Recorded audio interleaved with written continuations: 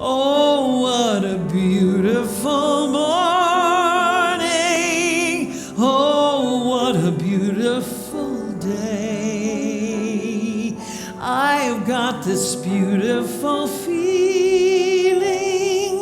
Everything's going my way. What's up?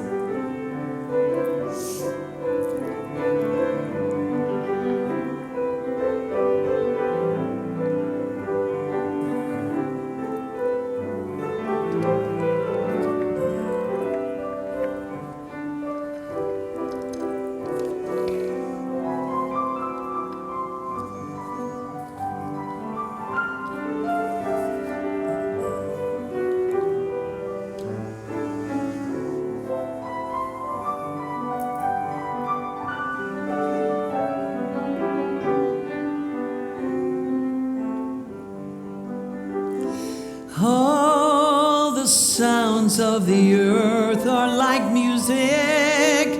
Oh, the sounds of the earth are like music. The bees are so busy, they don't miss a tree. And an old weeping willow is laughing at me. Oh, what a beautiful morning. What a beautiful day. I've got this beautiful feeling. Everything's going my way.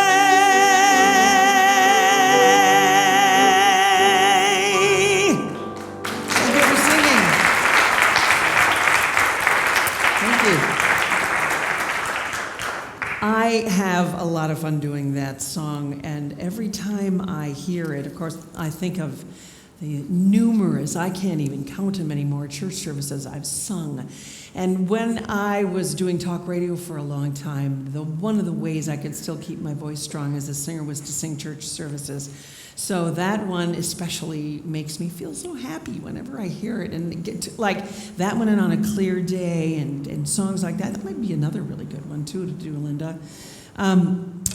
Really a fun message, good thing to start my day personally, and to, if you've never heard the Ray Charles version of that, you have to. It's,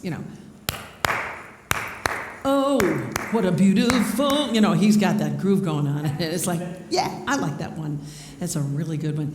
Well, I'm Patty Peterson, my sister Linda Peterson. We're stealing her before she goes to the Copenhagen Jazz Festival and performs, so thank you for being here. Isn't that great? We have a lot of fun together. We are ones who really look for the joy in life, and we blame our mother. I'm going to say that because we have had a gal our mom went through so much in her life. In the 1960s, she lost a child. That child happened to be born Down syndrome. She lost her husband 6 years later. And when I was talking to somebody who's a genetic specialist about that attribute that our mother had, she said, that's genetic. Did you know that? I'd never heard that before. So, but it doesn't mean that the low times wasn't there for her as well. And she, of course, had her sad times, but mostly she would be very up, I would say, right? Yeah, very, very up. So today is about looking for the small miracles in your life, and you're sitting in this room. I really don't need to talk to you today, because you wouldn't be sitting in this room and being a spiritual seeker if you wouldn't be looking for the small miracles in your everyday life. And I can tell you from my perspective that every day is a miracle to me that I get to be here on this planet because of my near-death experience 8.5 years ago. And here's the thing, is that I was already studying spirituality. And I knew about the whole philosophy of stopping to smell the roses, essentially. And somebody said to me afterwards in an interview, well, how's your life changed after this? What are you going to say to a news reporter? I stop and I smell the roses longer. That's what I say, because it is that whole mindset. You look for the beauty, look for the small miracles in life. And it starts within us. It starts within our thinking and what are we focusing on. And any of you who have studied the law of attraction know that if you put your attraction and your energies to the negative, you wouldn't be able to see a miracle if you tried. And it is about changing that inside out, that piece inside of you that begins to put the different filter within the way you look at life. And you can, once you do that, start to see small things that are little miracles. And, I'll get into this more, but one of the things we always say, in losing our mother 2 years ago this week, whenever we see a cardinal, Mom came by for a visit, or, little ways that we think she's showing up, whether it's a song or and it's interesting how it just moves us, and we have to share. You're the bird lady.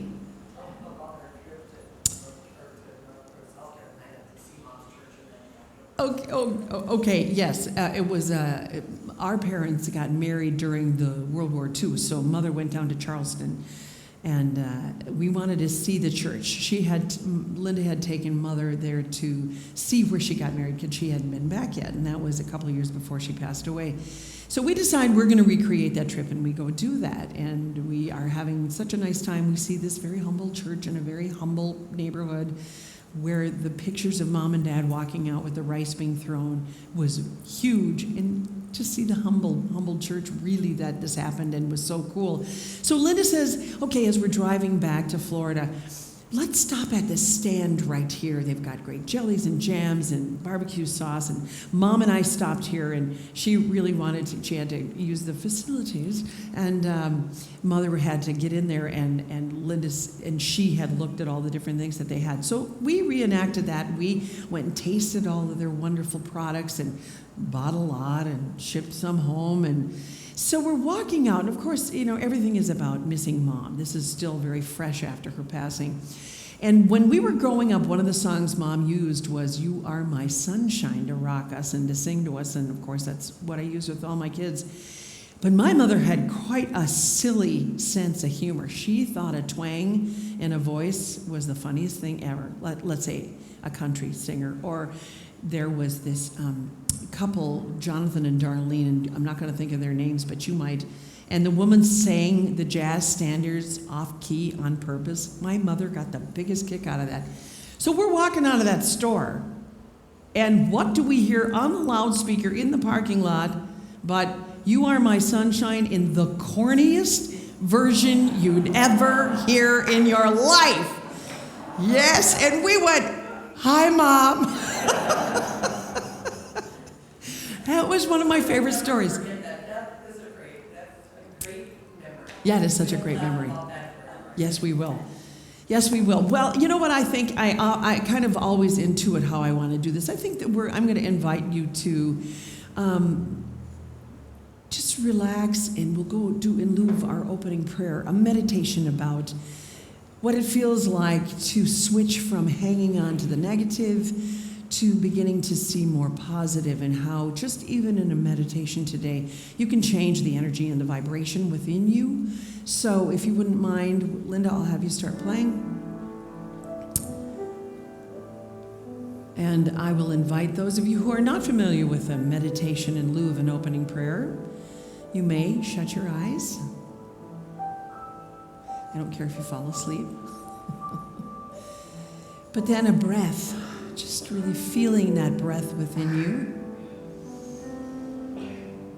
It can be a little deeper. And as you breathe, you can feel that chair supporting you. As you take another breath, you can feel your feet on the ground.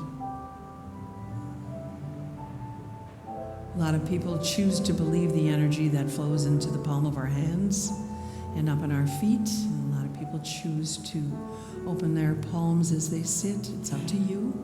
Whatever your comfortable place is what's right here. And oh, what a beautiful morning it is. This rain that was supposed to follow us through today.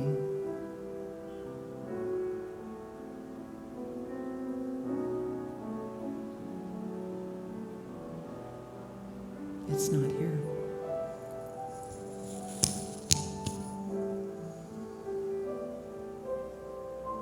So as you take another breath, I invite you to go to the heart area of your body. It's called the heart chakra.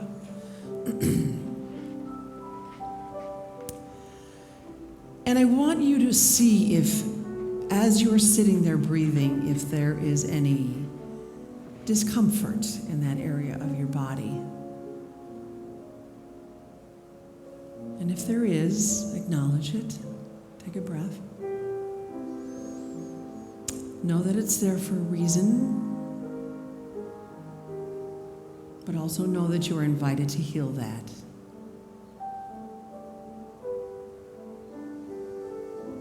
Sometimes people even give that feeling a name, an actual name. In shadow processing, you do that and have a conversation with that part of yourself. But acknowledge that it's there.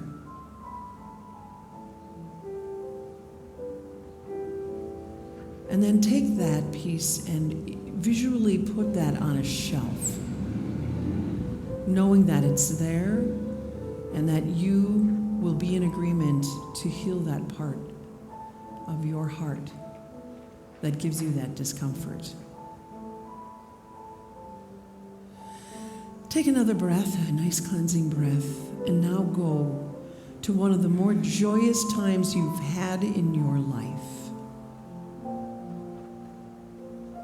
You can be a small child. It can be holding your first child. It can be the flowers you saw on your way here today. Visualize that and their importance to you, and see what that feels like as you take another breath and sit.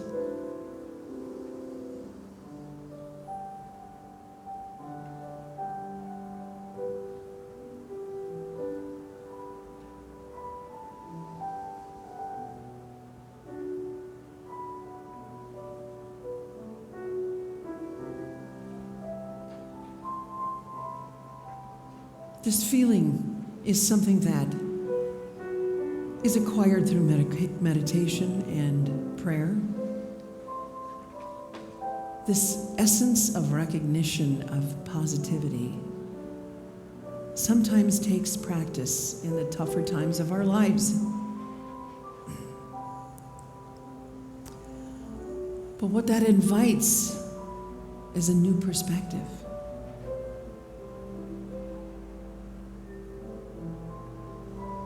It doesn't mean the other things go away. But the energy of the positive aspect of our hearts emulates out into the room with an 8-foot span.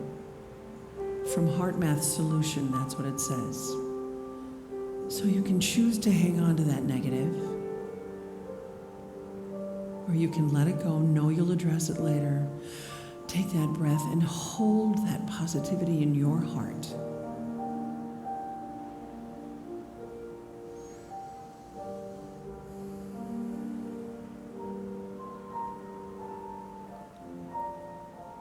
You are a child of God. You are perfect in every way. You are a child of God.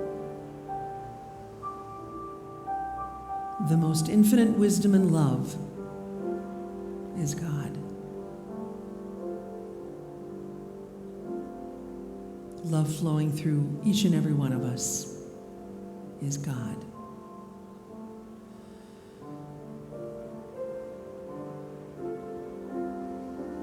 Now I invite you to hold that as I ask you to come back into your body and begin to just feel that chair once again underneath you. Maybe take another breath. Feel that floor under your feet. Come back, and those of you who want to open your eyes, you may.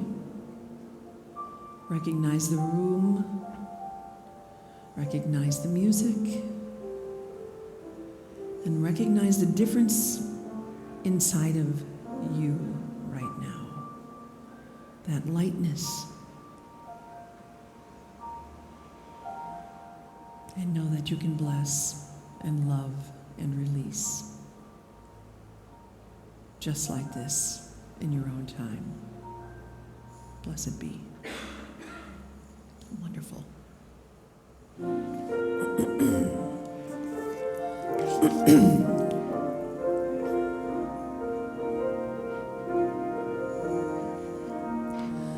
I see trees of green, red roses too. I see them bloom for me and for you. And I think to myself, what a wonderful world.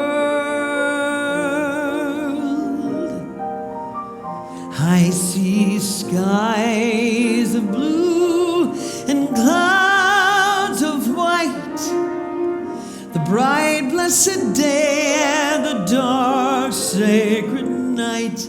And I think to myself, this is your song, what a wonderful world. Hey, the colors of the rainbow, so pretty in the sky, also on the faces of the people passing by. I see friends shaking hands, saying, how do you do? They're really saying, I love you. I see babies cry, and I'll watch them grow. They'll learn much more than I will ever know. And I think to myself, oh, what a wonderful world.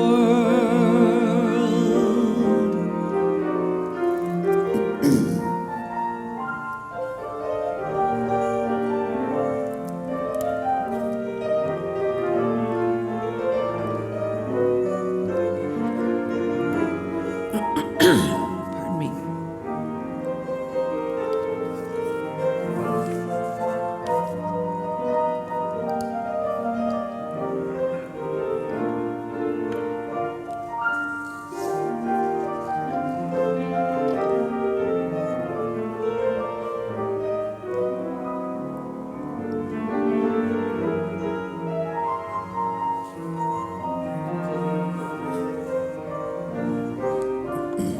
Oh, yeah. Yes, do you know this? The colors of the rainbow, you can sing. So pretty in the sky, also on the faces of the people passing by. I see friends shaking hands, saying, how do you do? They are really saying, I love you. I see babies cry, and I'll watch them grow. They'll learn much more than I will ever know. And I think to myself, what a wonderful world. Hey, I think to myself, what a wonderful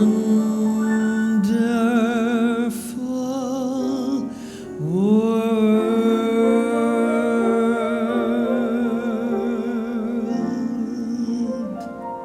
To love that song. Thank you. Thank you so much. I always get up and study, or do it the night before, late at night, of what it is I want to say. You know, when you've been on a spiritual path as long as I have, since my early 30s, and started singing more in non-denominational churches rather than in the Catholic Church in which I was raised in, we were raised in, there is a part of a reminder process that just simply goes on by my cutting and pasting and searching and putting it in a Word document. Most times I don't use paper, but there's a couple of things that I think are worth reading to today. And I am curious about how many of you know who Dr. Eben Alexander is. Okay, he was the neuroscientist that had a near-death experience. Now, as a neuroscientist, as a brain surgeon, as this guy, he never believed in the thing called a near-death experience, that there were scientific ways to explain such a thing.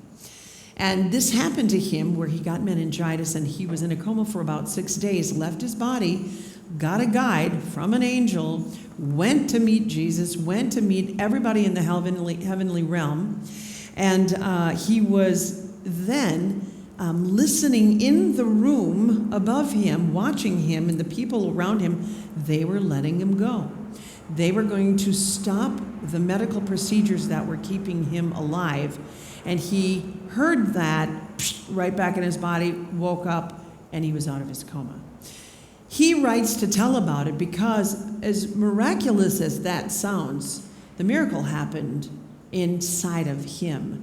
The fact that such a thing could be real, could feel real, could seem real. Going through the tunnel, it was more like a snake hole of a tunnel, and really feeling the most unbelievable love he has ever felt in his entire life. This is a book called, and I'm not going to skim my notes, like Heaven, not Heaven is for Real. That's about the little boy, right? Heaven is Real or something like that. But Eben Alexander, look it up because it's really quite a moving story. But the whole point is that it talks about the definition of what a miracle is. And he's a doctor now who, Proof of Heaven, that's the name of it, that true health can be achieved only when we realize when he came back from that experience that God, that power of love, is active in our decision to become well.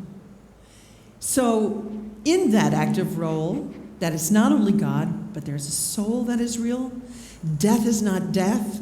It's only an extension of your life. And it wasn't a temporary healing. He did heal, and he was able to live and to talk about it. And it's a pretty amazing story when you get right down to it. Now, when we're doing that meditation, something happens to us metaphysically because we invite and we choose to focus on the positivity. We choose to focus on our breath. When you're upset, when I'm upset, first thing I do, I'm not breathing like I would if I was actually moving through my life in a more relaxed way. When I'm worried about that one item that I got to get out of my mindset, my former favorite minister, Marion Rice, used to say, stinking thinking, when I can change that and start focusing on something that sees the world in a different way, I do change from the inside out. That can be done through prayer. That can be done through meditation. That can be just getting quiet and seeing if any of this makes sense. It can happen when you're talking to a friend, a loved one, a therapist, something like that. But the power of prayer is really, really important, and it does change us from the inside out. That prayer can be meditation. Exchange the words if you want to. It creates a chemical difference within us. It doesn't change God, it changes who we are as a result. Changes the person who prays. The human can't know the supernatural, which is God, but prayer is the supernatural medium by which humans can make contact with God and be transformed. And what do the spiritually attuned accomplish? They exercise their capacity, their potential to know God, which is the transforming miracle in their life. I say this because this is a group of people here, all of you, who choose to embrace a path in spirituality. And for those of you who are on your initial seeking, the path to seek, I welcome you, because you do begin to question, and you question a lot of things. And it took me a long time to unplug the old belief systems and just sort of sit there before I knew exactly where to plug things back into. And I would say that at that point in my life, it was talk about a miraculous time for me. As I was searching, I was doing talk radio, and what were my shows about? Alternative medicine and spirituality. I had the best books from the best authors coming to my desk, and I got to meet them, and I got to interview them, and call some of them my friend. Well, this was my schooling. I didn't go to college. That job, that period of my life was my school. It changed who I was. Marion Rice changed my life. She was my ministerial, my spiritual mom in a lot of ways. And I saw how unplugging from those old belief systems of doom and gloom and lack of forgiveness that I think essentially at our core we do hang on to. We do hang on to that. And I think that could be the filter that we're using in our everyday life. But that we are a child of God. We are made perfectly in the eyes of God. How many of you think about that? I mean, really. I mean, it's not something I actively tell myself, but, I'd like to think that, well, wait a minute, I am. And this feeling of happiness and lightness and trusting that something is going to happen to move me away from this, because I have that love, that ultimate source, that meditation, that prayer, that connection to the divine in my life that I invite each and every day. I've gone from being a praying Catholic to being a praying spiritualist to being a meditative person to being a let's get up every day and say, okay, God, what are we doing today? I'd like to think that everything that I've studied, everything that really has moved and changed the vibration inside of me becomes a part of who and what I am in my daily walk. I know a lot of people feel that way too, because you do this searching and this meditating and praying, and there is an aha that comes to each and every one of us. That little negativity that you might be focusing on that I asked you to place on a shelf, when you sit with it, and you think about it, and you think about the different principles, like, for example, the 7 Spiritual Laws of Success, Deepak Chopra. Anybody own that book? I think it's a Bible. If you don't own it, I highly recommend it. It's very little. Talks about detachment. Doesn't mean brushing a person off totally. You detach, but you love them from a distance. You stay in the place of love. Visualizing things in your life, intention and desire, and letting it go, and just watching things come to you. That's another chapter in there. It's 7 chapters, little tiny chapters, a couple of exercises in it. That really was, I would say that book and Marianne Williamson's Return to Love, I think it was called, changed me in my 30s. I was singing the blues a little bit in my 30s. I wasn't happy. I wasn't a happy girl then. Those books really spoke to me. And then you think about it, and then when you've read them, and then you're in a situation in life, it's like, okay, here, now you've read them, go try it. Try it. Here's another situation. Okay, go heal this. Here's another situation. Go heal this one. And you begin to go, you make peace with whatever that is that you put on that shelf. And you say, okay, I'm ready to love, bless, and release that. Love that phrase. And what does that do, essentially? It recognizes that you are choosing to heal that part of yourself from whether it was from your childhood or something in your adulthood, but you want to make peace with it, you want to let it go because you want to change the filter and the focus of who and what you are in your life and in your daily path. So, speaking spiritually now, when you begin to become in tune with that person that you are newly creating, trusting that you can create it, trusting that you will be loved and embraced in creating this person you are meant to be, things begin to change. I remember hearing Deepak Chopra say, Yes, if you have that open mind, and if you're looking for an answer for something and you have an open mind, he said, I was walking in Seattle, I saw a billboard, and it had the exact phrase on it that I needed to see right then and there. Has that ever happened for anybody? Yeah, totally, right? It's kind of shocking because when you do change your thinking and you become more open, you have a resonance and a vibration that attracts that in. This is what I say. I say that it's like pretty soon, if you have a lot of choices in your life, and let's say they're all good this time, and consider them stars in the sky. And if one star starts to twinkle brighter, then feels like it's coming towards you, that's the one where you're going to put your attention at. Does that make sense? This is about the law of attraction. You recognize that choices are out there, but there is one that's going to be something for your higher purpose. Some choice, some way of looking at life that's going to be for your higher purpose. And all of this says, all I'm trying to say to you is, the miracles that can happen every day only happen when you can change your perspective and you can hone that vibration and you begin to see the roses. Oh, I've never seen the roses look like this. We always go squirrel in my family because we'll be having a conversation. Oh my gosh, did you see that tree? Seriously, we do. We go squirrel because we appreciate it. Oh, did you hear that chord change in that song? We're very guilty of that. Oh, listen to this lyric. Listen to the harmonies. Listen to the violins. It's really a fun place to live. And people could look at you. When I started changing, my husband looked at me and said, "What are you on?" Really? Or when I started using alternative medicine in my life, in my child's life, that was that Mother Nature commercial. Do you remember that one? When I realized antibiotics kept my kids sick for 7 years. Anyway. When I started using alternative medicine, he called me the witch doctor because he doesn't quite get it. But he does now because he sees how it works in my life.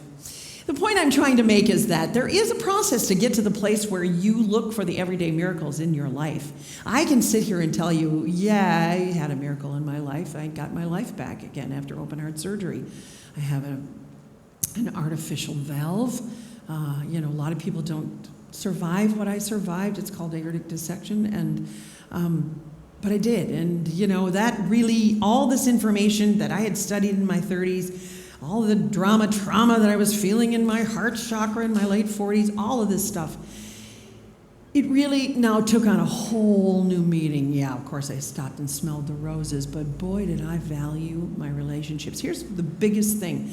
I've gone through my life and I have often gotten to a place of stinking thinking, of feeling very invisible. Do I matter? When am I ever going to how can I make my job, take it to the next level?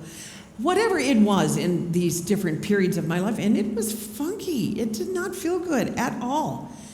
And the thing that I noticed is, as I had just left my big talk radio job a year before, my heart issues were starting to show up. I had no idea an aneurysm would burst in my aorta. But I used the spiritual principles to heal. Because when you have open heart surgery, Patty, the dainty singer, I'm kidding. When I'm like that, when after surgery, you have 3 breaths to even take, to just say one sentence. When people would call, because I knew this mattered, I would say, I am better every day. I am better every day. See, even when you hold that little piece of doubt inside of you, maybe you're not feeling great, or there is still that hurt. You can't pretend it's gone. It's that you are affirming. I was affirming that I was getting better every day. I was telling my cells I am getting better every day. Do you do that? Do you have an exercise that's similar to that? You guys do that? You do too? Yeah, I think that it's so important because that is our connection to the divine. That's not somebody telling you you're getting better every day or you're not getting better every day. This is you telling yourself and your belief that you are being heard within your own body and with your connection to the divine. there was this time then when about a year and a half later, as I was healing, my sister was so cool. She said, oh my gosh, we have to do this concert and thank all the doctors and nurses, and we did. And did you write us the heart of the matter for that? Because that's what we called it. It was about how life is so busy that we should have done that. I didn't even think about it. Oh my gosh. Yeah, I know. But about hurrying, scurrying, hurrying. What is the heart of the matter? What is the essence of life? We're all hurrying around so much.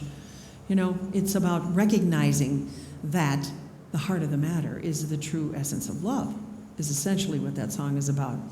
So we did this concert, and then I was singing and feeling better, and it's about a year and a half later, and I'm singing at a Unity church, and this gal who I'd never seen before, and I've told this story before, but so I'll keep it short, sitting, you know, about where you guys are sitting, and she was like kind of sitting on the edge and checking out. We had 2 services, and it was in between. I like to go have coffee with the band, and it's really a fun time to do that. And she said, oh, Patty, I love this. Ooh, love the music you chose today. I worked with your sister-in-law, Julie. Oh, really? Hi. What's your name? Joy. And I said, oh, great. And she said, I love that music. And I went, well, you know, we all have music that follows us in good times and in bad. And I'm just so lucky I have these platforms to sing them. Well, here's the big deal. Everybody said to me, you should be writing a book about what you did, what you survived. And I'm like, yeah, right. Everybody's got things in their life. And what could I possibly say to people that would make a difference in their lives? How can I correlate the two? Well, she did this thing to me that was so simple, but to me, it was a miracle. And whether I get that book done or not, it doesn't matter, because it was something that vibrationally changed me. And she says to me, Patty, no, you really live your gift. And it was zing, like from another place. And I went, that's what I'm here to tell everybody. Live your gifts. Got it. Okay. So on the other side of the drama, trauma, the health issues, everything else, it's the simplest form of life I can tell you. And that is simply live your gift. Now, what is your gift? How can you find your gifts? By focusing on the negative thing that's up on the shelf? I don't think so. I don't think so. I mean, they're all going to be there. There are going to be things in our life that are just never going to be better, but letting them go changes the vibration of you inside out and opens that space for you to have that alignment with the divine. Follow me? I know you're experiencing this too. You little darling girls are pure, and you live this every day of your lives. You are fun, and you smile, and you're drinking this in at your higher level, and you just show up in the world laughing and loving and joyous. Sometimes we grown-ups forget that stuff. So I just want to acknowledge that these young ladies are sitting here and listening, and love that. Thank you so much for being here today. It's so cool. Anyway, the point is looking for miracles in your life. I challenge you. I challenge you today after service to come up with 10 little miracles in your life and write them down somewhere. Write them down somewhere, because when that box needs to come out that has the negative, the big fat N on it, that does still upset you, take out your sheet of paper. See where you are in your life right now when you write those down, and in a couple of years or something, pull that piece of paper back out again and see where you are and read those miracles again. See if you're still recognizing them. See if you can add to the list. See if that cardinal is singing to you and bringing you a message from your loved ones. See if that song that's so corny is a big hello, or just see if you can add to that and find out if those 10 things are still a part of who you are. Know that in not totally getting rid of the negative, but getting to it in a whole and a healthy manner, through processing, doing it in whatever capacity you feel good. I did the shadow processing course at La Jolla at Deepak Chopra's place, and it was transformative for me. They have a purpose. Those voices have a purpose. Most of the time it's for you to remember to take care of yourself. Okay? So you can make your peace with it, but you don't have to hang on to it. That changes your view, your perspective, your outlook on life. And you're able to have your everyday miracles until you get your miracle of astonishment where you can go and talk to people. Let me tell you about the power of prayer. I have a friend who was in a horrendous car accident in December, dead on the scene. Brought him back to life. He's climbed Devil's Mountain 10 times. He is one of the most brilliant sax players we have in our Twin Cities. His name is Pat Mackin. Hold him in the light, please. And he was not supposed to make it. His neck was broken. His ribs were broken. His diaphragm and his liver were lacerated. He had a split in his aorta. He had trauma to his head. The nerve damage in his eyes causes one to go in. While they worked on his heart, he has a stroke. His right side is paralyzed. But he understands. He's making strides every day to be the man he once was. That's up to him and God, you know. And when I visit him, I say, that's going to be a hell of a book you're going to write someday, buddy. It's Devil's Peak and then some, you know, to hell and back, basically. But you know what I think has been the best thing is you have this chance, much like after my surgery, to rest in the fact that people are sending you love and energy, and sometimes you don't realize it until something happens to you. Have you experienced that? That if something happens in your life all of a sudden, that flood of love. I remember when Mom passed, it was a buoyancy feeling for a period of time, especially around the time of her memorial service. That, I mean, we couldn't do small talk. I mean, there are some realistic things about, you know, that kind of a transition. It was real hard to have people just do small talk, but being together and just feeling the buoyancy of the love that people were sending us. It's an amazing thing. It's a gift you can give to other people. It really, really is. It's how you change and you look for miracles in your life, just simply by changing your focus and your vibration. I got a couple of things that, before I close, I thought were kind of cool. And they are, I'm always famous for never getting the pages apart. Excuse me. Quotes. Quotes that I'd love to send you home with a couple of things, because miracles are talked about all the time. There's only two ways to live your life. One is as though nothing is a miracle. The other is as though everything is a miracle. Albert Einstein. Not awesome? Miracles are a retelling in small letters of the very same story which is written across the whole world in letters too large for some of us to see. C.S. Lewis. You will face your greatest opposition when you are closest to your biggest miracle. Shannon Alder.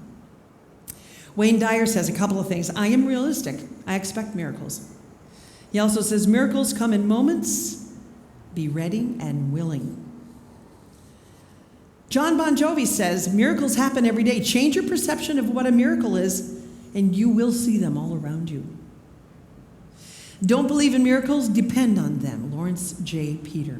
Louise Hay says, love is the great miracle cure. Loving ourselves works miracles in our lives.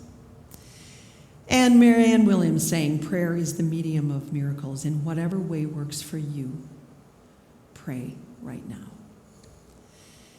And in this praying conversation, I want to just reflect for 1 second on Friday of this last week. Friday, President Obama spoke, did the eulogies at the funeral of the Reverend in Charleston. And he was also a senator, I believe that was it. But as he was moved up on that altar, our president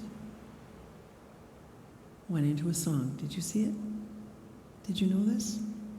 He sang, Amazing Grace, how sweet the sound that saved a soul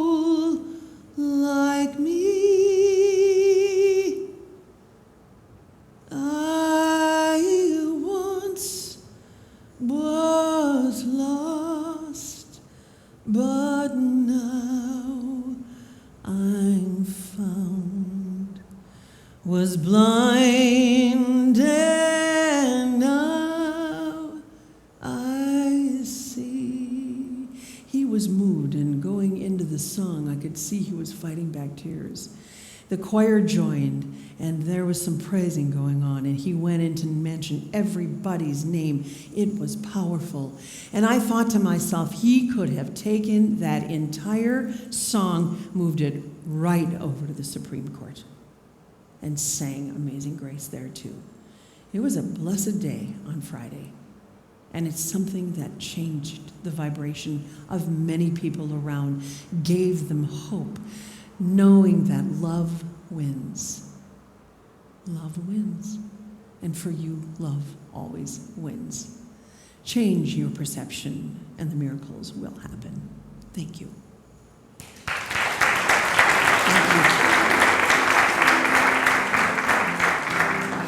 Let's see if I can remember these words.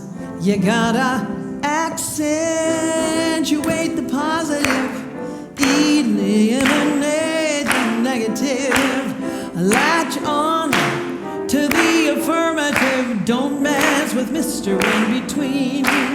You gotta bring joy up to the maximum, bring gloom down to the minimum, spread joy.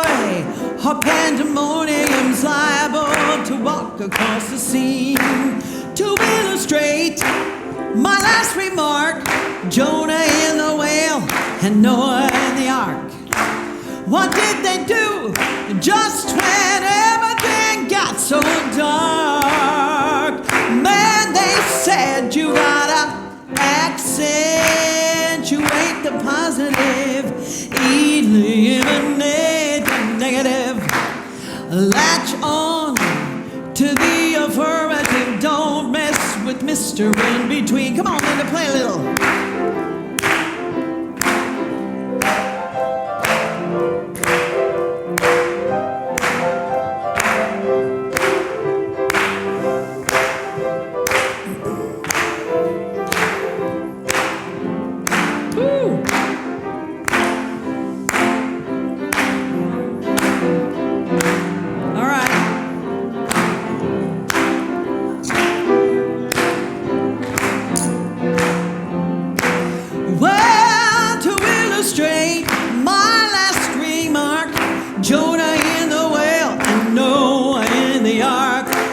What did they do when everything seemed so dark?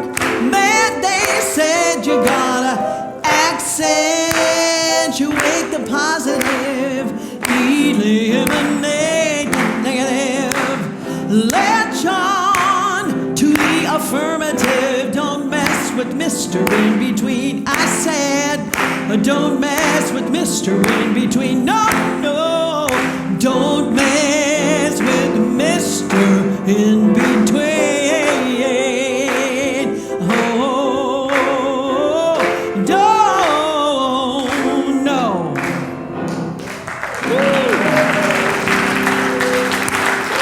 Thank you very much, team. You guys know, put on a happy face. I'll lead you through it, but I'll make you sing the end if nothing is. Here we go. Gray skies are gonna clear up. Put on a happy face. Brush off the clouds and cheer up. Put on a happy face. Take off that gloomy mask of tragedy. It's not your style. You'll feel so good that you'll be glad you decided to smile. Pick out a pleasant outlook. Stick out that noble chin. Wipe off that full of down look. Slap on a happy grin. Sing and spread sunshine all over the place. Just put on a hat. Let's do it a second time, Linda, okay? Here we go, one more time. Gray skies are gonna clear up. What? See? Brush off the clouds and cheer up. What? Sing with me if you know it. Take off that gloomy mask of tragedy. It's not your style. You look so good that you'll be glad you decided to smile. Pick out a pleasant outlook. Stick out that noble chin and wipe off that full of doubt look. Slap on a happy grin. Here we go now, sing it. Spread all over the place. Just put on a hat. Sing it again. Put on a hat. One more time. Put on a happy face.